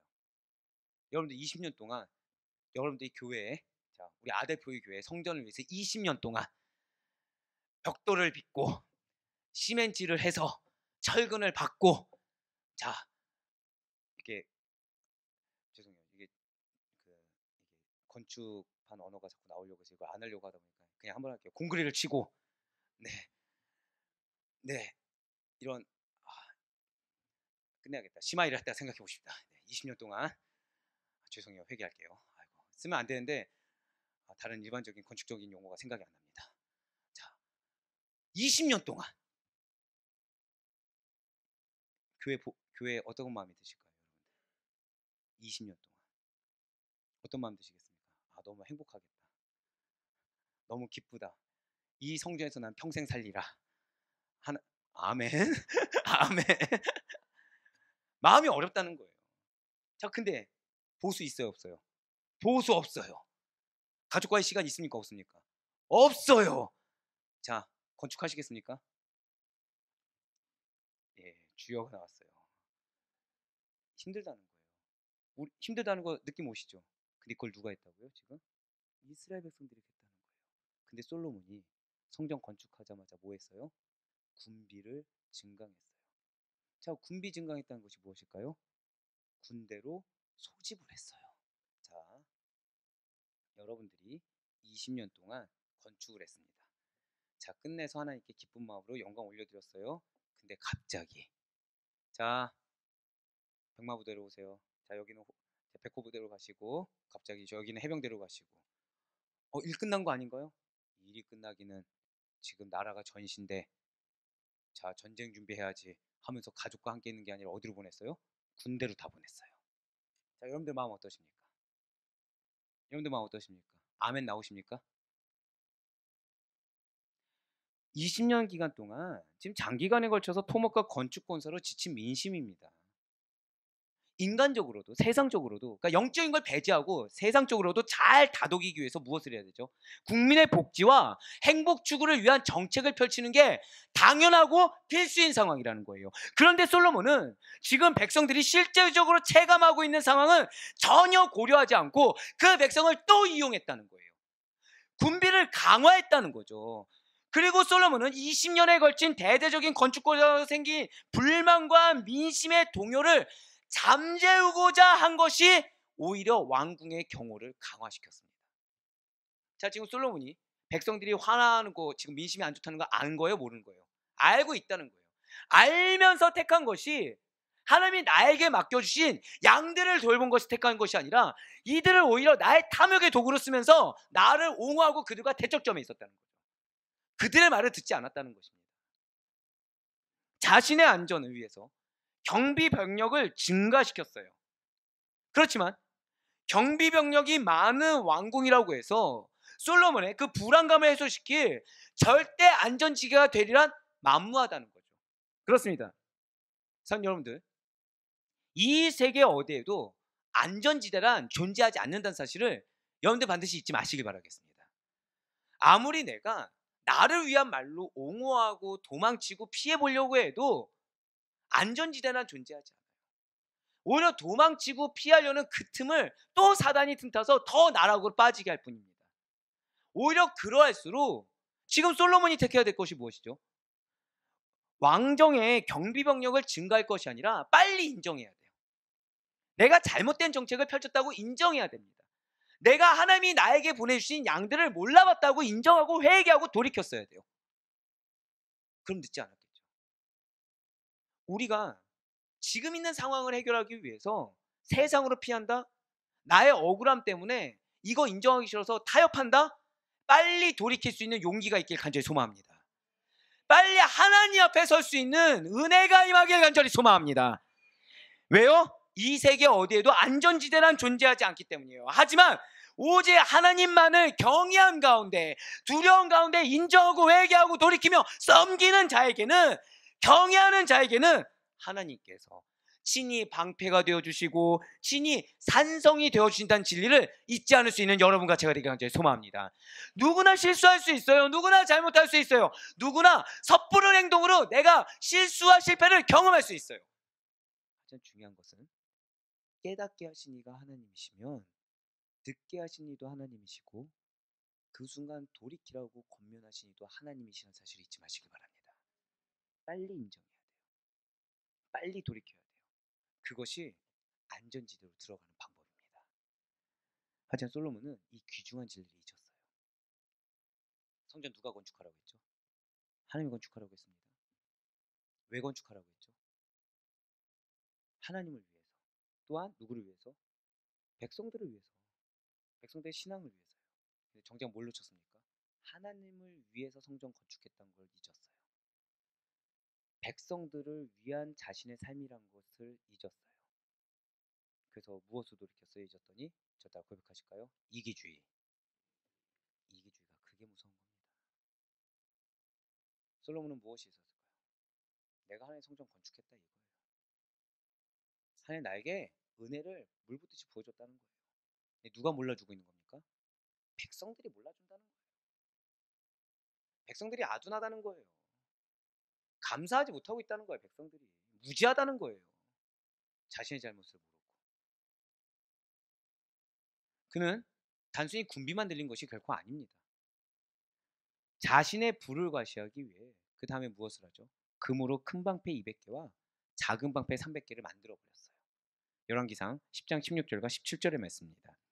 솔로몬 왕이 쳐서 느린 금으로 큰 방패 200개를 만들었으니 매 방패에 든 금이 600세겔이며 또 쳐서 느린 금으로 작은 방패 300개를 만들었으니 매 방패에 든 금이 3만에라. 왕이 이것들을 레바논 나무궁에 두었더라. 아멘. 자, 솔로몬이 이러한 금으로 만든 방패를 만든 목적이 무엇이겠습니까? 너무나도 잘 알죠? 자랑하기 위해서예요. 자신의 부를 대내적으로 과시하기 위함입니다. 자, 방패에 금을 입히면 또는 금으로 방패를 만들면 방패가 더 튼튼해집니까? 전혀 아닙니다. 오히려 주물 작업을, 그러니까 때리는 작업을 더 하지 못하기 때문에 방패로서의 역할을 감당할 수가 없어요. 그렇습니다. 이 방패는 지금 전쟁 수행용이 결코 아닙니다. 왕의 의장대가 축제 때, 연회 때에 쓰이려는 목적으로 제작됐다는 거예요. 자, 어디에 쓰이기 위해서요? 연회, 축제. 아까 연회 축제가 뭐라 말씀드렸죠? 하나님이 싫어하시는 방탕한 곳에 쓰려고 만든 거예요. 분명히 하나님을 위한 삶을 살았던 자가 어느 순간 무엇을 위한 삶이 됐어요? 인간의 쾌락을 위한 삶. 성도들은 하나님의 청직이라는 사실을 잊지 말아야 됩니다. 하나님께서 주신 부를 자신을 과시한 일에 쓰는 일은 어떠한 이유에서도 옳지 못해요. 그래서 성도들은 하나님의 청직이라는 사실을 잊지 않는 믿음으로 말미암아 자신에게 맡겨진 모든 소유를 오직 하나님의 일을 위해서만 선용하도록 해야 된다는 거죠. 그러니까 하나님의 일을 위해서, 영혼을 위해서, 공동체를 위해서 선용했을 때 이걸 아까워해서는 안 돼요. 집에 있는 거 다 퍼준다? 어떻습니까? 하나님 쓰시는데. 어때요? 하나님 쓰시는데. 그게 큰일인가요? 덮어주지 못해 안 달랐어요. 왜죠? 그 물질보다 더 중요한 가치를 전 보고 있습니다. 그 가치가 무엇입니까? 영혼이 변화되는 거예요. 그 가치가 무엇입니까? 영혼이 성장되는 거예요. 죄송하지만 가장이죠? 가장이 중요합니까? 목사가 중요합니까? 죄송해요. 둘 다 중요하지 않아요.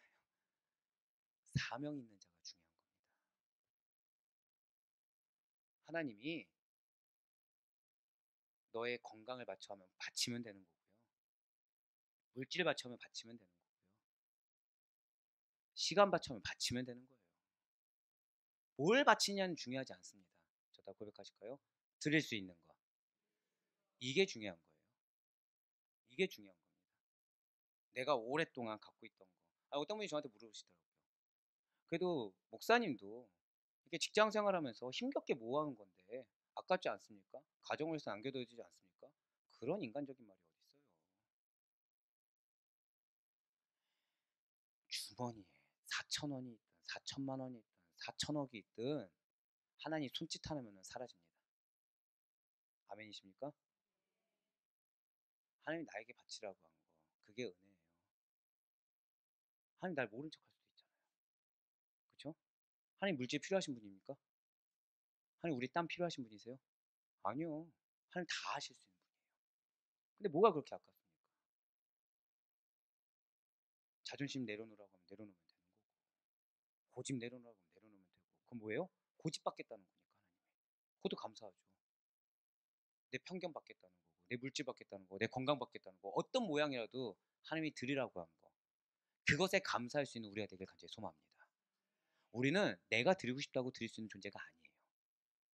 하나님께서 받으시겠다고 해야 드릴 수가 있는 겁니다. 근데 그 하나님이 너의 고집을 내놔 하면 그게 감사해요. 너의 물질을 내놔 하면 그게 감사해요. 너의 시간을 내놔 하면 그게 감사해요. 왜요? 헛되지 않으니까. 하나님이 내놓으라고 하지 않으면 그 시간은 헛된 시간입니다. 하지만 지금 46분이에요. 이 시간에 1분 동안 너의 시간을 내놔 하면 이 1분은 우리에게 무슨 시간이 되는 거예요? 그 어떤 것보다도 비할 바 없는 가치와 유의미한 시간이 되는 겁니다. 할렐루야. 맞습니다. 모든 소유가 하나님의 것이에요. 우리는 모든 소유하면 내가 가진 물질만 생각하는데 아니요. 전부 다 나의 경험, 나의 성향, 나의 습성, 내가 생각했을 때 소중하다고 여기는 것, 지시 전부 다 하나님의 소유입니다. 그리고 오직 하나님을 경외하고 순종하는 데서 우리는 참된 행복을 찾아야 된다는 거예요. 그런데 솔로몬은 그렇게 하지 않았다는 거죠. 이렇게 자기 과시용으로 물질을 사용했다는 거예요. 그런데 또 이걸로만 사용한 게 아니라는 것입니다. 기병대와 전차 부대를 갖추는 막강한 전투력을 갖추는데도 또 물질을 자기 것처럼 사용했다는 거예요. 바로 열왕기상 10장 26절에 맺습니다. 솔로몬이 병거와 마병을 모음해 병거가 1400대요 마병이 12,000명이라 병거성에도 두고 예루살렘 왕에게도 두었으며. 아멘. 그래서 지금 그는 병거만 1400대 마병만 12,000명을 두었습니다. 솔로몬은 자신이 사모은 병과 마병들을 이스라엘 전역에 퍼져있는 병거성에 분산 배치시킵니다. 그 한 군데만 둔 게 아니에요. 전역에 두었어요. 그리고 자신이 왕으로 있는 예루살렘 성에게도 배치를 시켰다는 거죠. 이것은 그냥 단순히 예루살렘 성을 방어하기 위해서 병과 마병을 배치한 것이 아니라는 것입니다. 자, 고백하실까요? 자랑하기 위해. 자랑하기 위해. 제가 어느 교회인지 말씀 안 드릴게요. 제가 사역했던 교회 중에 어떠한 장로님이 장로라고 해버렸다. 이런 말 이거 안 되는데. 어떠한 성도님이 커트. 어떠한 성도님이 목사님 저를 칭찬해 주세요. 제가 퇴직금을 일부러 이렇게 드렸습니다. 하시는 거예요. 감사한데 슬프더라고요. 감사한데. 자, 그때 제가 이전에 사역했던 곳이니까 제 직책이 뭐죠? 직분이? 부교역자예요. 그러면 저한테만 얘기했을까요? 다른 분한테도 얘기했을까요? 다른 분한테도 얘기를 하고 다니신 거예요. 왜 하셨을까요? 네, 자랑하려고. 물론 드린 거 너무 감사하고 대단하죠. 근데 하나님만 아시면 되는 게 우리 그리스도입니다. 근데 여기저기 얘기를 하시는 거예요. 저는 우리 아데포의 교회에 그런 분이 없다는 사실에 너무 감사하고 있습니다. 하지만 저 다 고백하실까요? 평생 하나님만. 이걸 잊지 마시길 바래요. 평생 하나님만 아시길 바라겠습니다. 지금 솔로몬은 자기 자랑을 위해서 자신의 위용을, 왕의 위용을 과시하기 위해서 배치시켰어요. 병거와 마병을 사모은 솔로몬의 의도가 단순히 국토방위에 이제 있는 것도 아니고요. 자, 성전을 건축했습니다. 군비를 증강했죠. 이때 핑계는 뭐예요? 국토를 방위하기 위해서. 근데 이제 그 다음 단계가 뭐가 된 거예요? 왕국의 위세를, 자신의 위세를 자랑하기 위해서 군사를 통해 드러내고자 하는데 있었다라는 것이죠. 자, 우리 성도 여러분들, 전능하신 하나님께서는 솔로몬이 마음껏 선한 정치를, 백성들을 위한 선한 정책을 펼칠 수 있도록 주변 국가들을 평정시켜 주셨고요. 모든 조건을 완벽하게 갖출 수 있도록 섭리해 주셨습니다. 그러니 솔로몬은 군비를 증강할 이유가 단 하나도 없다는 거예요. 솔로몬은 자신에게 있는 지혜가 오직 여호와 하나님만을 알고 그분의 말씀을 순종하게 하기 위해 주셨다는 사실을 망각했습니다. 우리가 사역을 감당할 때 죄의 시작이 어디서부터 시작되냐면 바로 여기서부터 시작됩니다. 자, 솔로몬의 자신의 지혜가 무엇을 위해 주셨다고요? 자, 한번 절 따라 고백하실게요. 하나님만을 알고 말씀에 순종하게 하기 위해 우리에게 달란트를 주셨어요. 우리로 하여금 섬기게 하셨습니다. 그 이유가 이거라는 거예요. 우리로 하여금 찬양이 됐든 봉사가 됐든 우리로 하여금 달란트를 주고 섬기게 하신 이유가 무엇이라고요? 절 따라 고백하실게요. 나로 말미암아 하나님만을 알고 말씀에 순종하게 하기 위해. 할렐루야! 이 사실 잊지 마시길 바래요. 이 사실을 놓쳤을 때 내가 얼만큼 섬겼고 내가 지금 얼마나 희생했고 이걸 드러나게 되는 것입니다. 하지만 하나님께서는 우리가 드린다고 받아주시는 분도 아니고요. 받아야 될 이유가 있는 분도 아니고요. 받아야 될 책임 있는 분도 아닙니다. 근데 지금 너무 감사하게 우리가 드리는 건 무엇이든지 다 받으시겠다는 거예요. 그러니 그 이유를 망각하지 말라는 겁니다. 왜 받아주신다는 거예요? 우리가 하나님만을 알길 원하신다는 거예요. 하나님만 알아주시는 걸로 만족하길 원하신다는 거예요. 그리고 더불어서 우리가 말씀에만 순종하는 모습을 보길 원하신다는 것이죠. 하지만 솔로몬은 그러지 않았습니다. 하나님께서 은혜를 주신 그 많은 재물로 인해 마음이 어두워져 갔어요. 왜요? 감사를 놓쳤거든요. 그 마음에 자리 잡고 있던 지혜 역시 감사를 놓치니까, 주권자를 놓치니까 이제 힘을 잃어버렸습니다. 자, 힘을 잃어버리니까 이 마음이 어떨까요? 공허한 거예요. 마음이 헛된 겁니다. 허무한 거예요. 그러니까 이것저것 더 채워보려고 더욱 자신을 과시하는 데 힘을 써버립니다. 그러니까 그 순간 인정하고 빨리 돌이켜야 되는데 이 허탄한 마음을 채워보고자 다른 걸로 더 노력하고 과시하는 데만 더 오히려 허파에 바람을 채우듯이 풍선만 가득 채워버린 거예요. 그래서 사치와 번영을 합니다. 어느 길로 가요? 더욱더 죄악의 길로 향하게 되었어요. 결국 무엇입니까? 솔로몬은 하나님보다 사람을 더 의지하게 됐어요. 솔로몬은 하나님의 시각보다 사람의 말, 사람의 시각이 더 중요하게 됐어요. 솔로몬은 아버지 다윗이 닦아놓은 기틀을 바탕으로 하여 축적된 그 부와 하나님께서 은혜로 허락하신 재물을 통해 자신의 주권, 자신의 능력의 주권, 자신의 지혜의 주권, 자신의 재물의 주권을 다시금 인지했어야만 했습니다. 그래서 하나님의 사명을 감당하는데 자신의 모든 것을 사용했더라며, 그래서 하나님께서 붙여주신 영혼인 그 백성들의 복지에 투자했더라면 그의 말년은 참으로 아름다웠을 거예요. 솔로몬은 하나님의 나라를 부흥한 나라가 되도록 하기 위함이었습니다 라고 현실적인 명분론을 내세울 수 있겠지만 그것이 솔로몬의 군비 증강을 변호해 주지는 못했다는 거죠. 솔로몬은 변명하기 전에 자신의 욕심을 경계하고 하나님과의 관계를 올바르게 하는데 더 신경을 썼어야만 됐습니다. 내가 지금 부족해 보이는 거, 그래서 지금 약간 위태위태한 거에 집중하기보다는 하나님께 집중을 더 했었어야 돼요.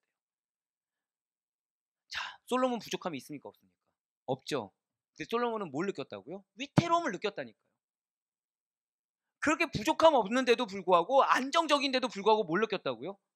불안감을 느꼈다는 거예요. 위태로움을. 그래서 전진하고, 그래서 투자하고, 그래서 드려야 할 때 드리지 못하고 누구를 했었습니까? 다 나를 위해서. 움켜진 거예요.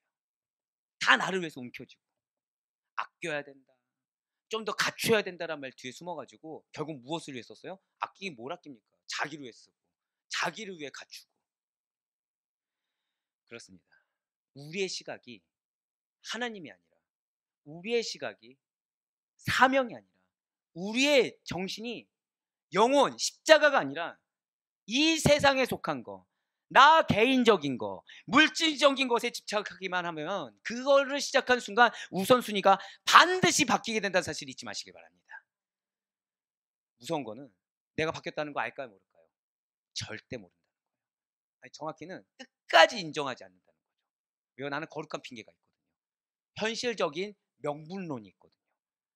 우리들의 신앙도, 우리들의 믿음의 동역자들 간의 우정과 사랑도 모두 나 개인적인 것에 대한, 그리고 모두 나 개인의 계획, 생각, 감정, 물질에 대한 욕심 뒷전으로 밀려나게 된다는 것을 반드시 기억하시기 바랍니다. 자, 우리 성도 여러분들, 오늘 말씀의 제목이 무엇이죠? 기억하십니까? 감사해요. 한 분도 기억을 못하면은 약간 좀 마음이 어려울 뻔했습니다. 오늘 말씀의 제목이 무엇이죠? 풍요의 왕 솔로몬이에요. 어떻게 들리십니까? 지금 이 풍요의 왕이 어떻게 들리십니까? 순간 제가 잘못 들었어요. 잘 들립니다라고 지금. 예. 예, 잘 들려요. 예, 저도 잘 들립니다. 풍요의 왕 솔로몬은 풍요 그 자체만으로 하나님의 축복을 받은 왕입니다라는 사실에는 변함없는 평가를 내릴 수가 있어요. 이건 맞습니다.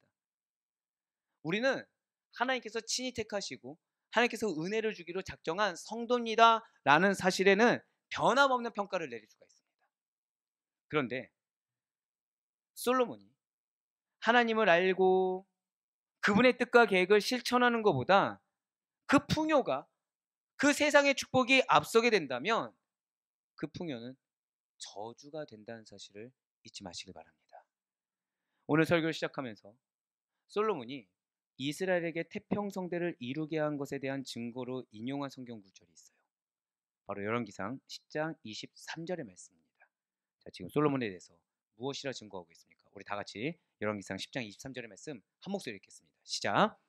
솔로몬 왕의 재산과 지혜가 세상의 그 어느 왕보다 큰지라 자, 지금 한번 말씀 보세요. 뭔가 이상한 거 혹시 발견하셨습니까? 지금 지혜에 앞서서 뭐가 소개되고 있죠? 지혜에 앞서 뭐가 소개된다고요? 재산이에요, 재산. 하나님의 재산이 아니고 왕의 재산입니다. 이것은 솔로몬이 하나님의 지혜보다 내가 왕으로서 누리는 재산, 그 재산에 더 큰 관심이 있었고, 사람들조차도 지혜보다는 그 왕으로서 가진 재산으로 솔로몬을 평가했음을 말씀하고 계신 것입니다. 솔로몬이 사치와 번영으로 말미암아 장차 지혜가 어두워져서 여호와를 버리고 이방의 우상을 섬기는 데까지 타락할 것임을 미리 보여주기 위한 장치로서 의도적으로 재산을 강조하고 계시다는 거예요.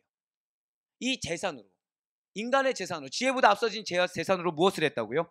타락해졌다는 거죠. 과연 사랑하는 여러분들의 우선순위는 무엇에 있으십니까?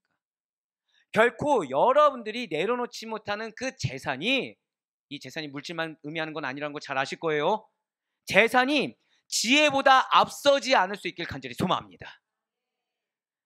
하나님의 은혜의 선물이 하나님을 믿는 믿음보다 앞서지 않아야 된다는 거예요. 결국 솔로몬에게 있어서 풍요의 왕, 이 칭호는 세상 물질을 영적 축복과 맞바꾼 것으로서 믿는 자들의 기준을 볼 때 전혀 칭찬이 아니게 되었다는 거죠. 오히려 조롱의 언어가 되어버렸다는 거예요.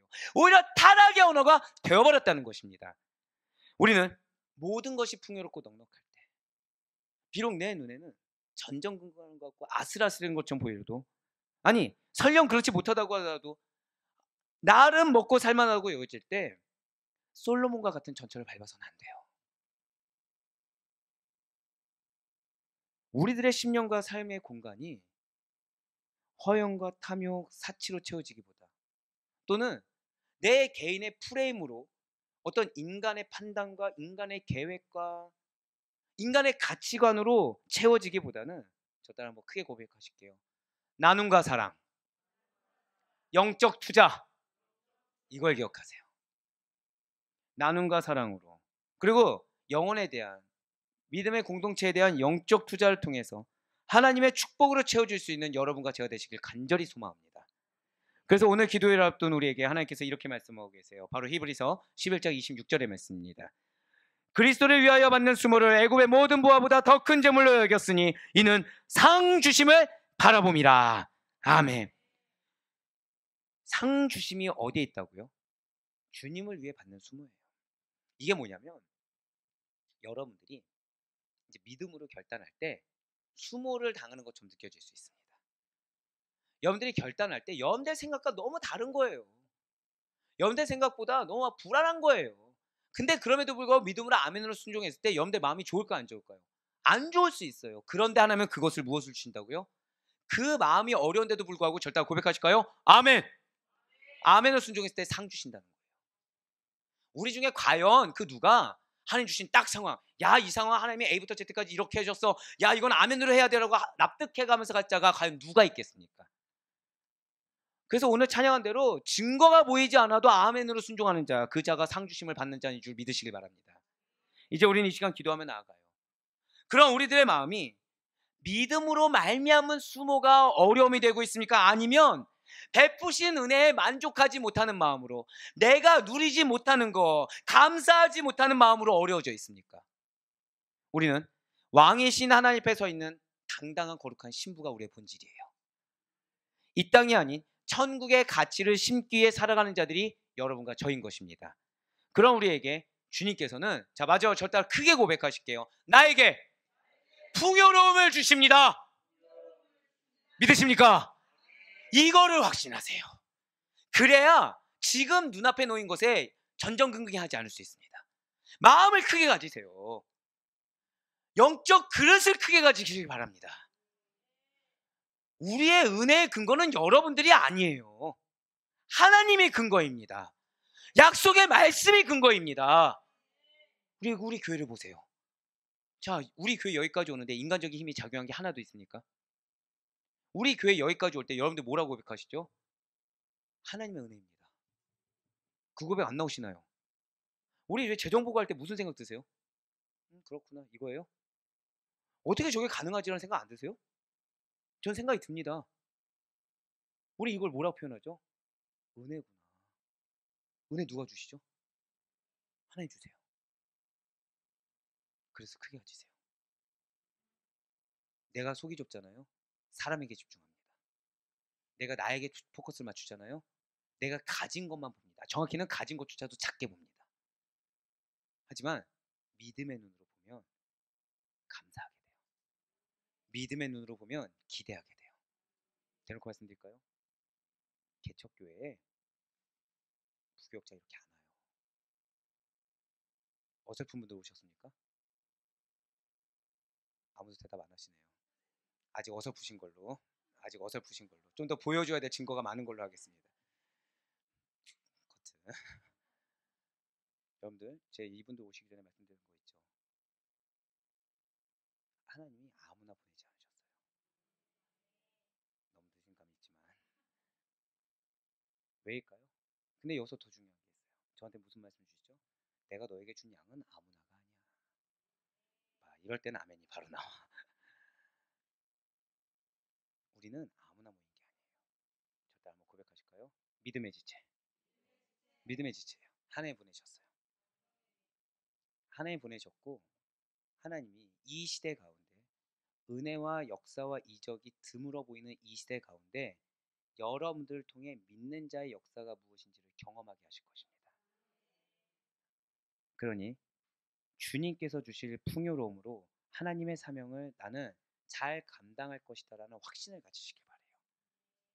방탕하라는 것이 아닙니다. 낭비하라는 것이 아니에요. 오히려 분별하라는 겁니다. 크게 보시라는 거예요. 크게 마음을 가지시라는 것입니다. 그 가운데 나를 내어 맡기기를 주저하지 마세요.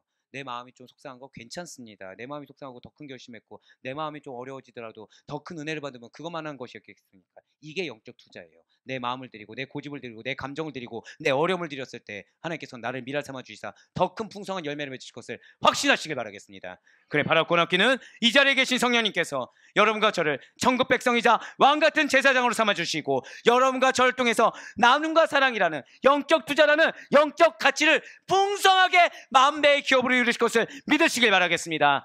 그래야 지금처럼 잠잠히 하나님의 행하심에 아멘으로 순종하시는 가운데 세상이 줄 수 없는 그 풍요로움으로 하나님의 나라를 이 땅 가운데 놀라운 기적과 같은 하나님의 나라를 풍성하게 이룰 수 있는 여러분과 저 우리 모두가 될 수 있기를 주님의 이름으로 간절히 축원합니다.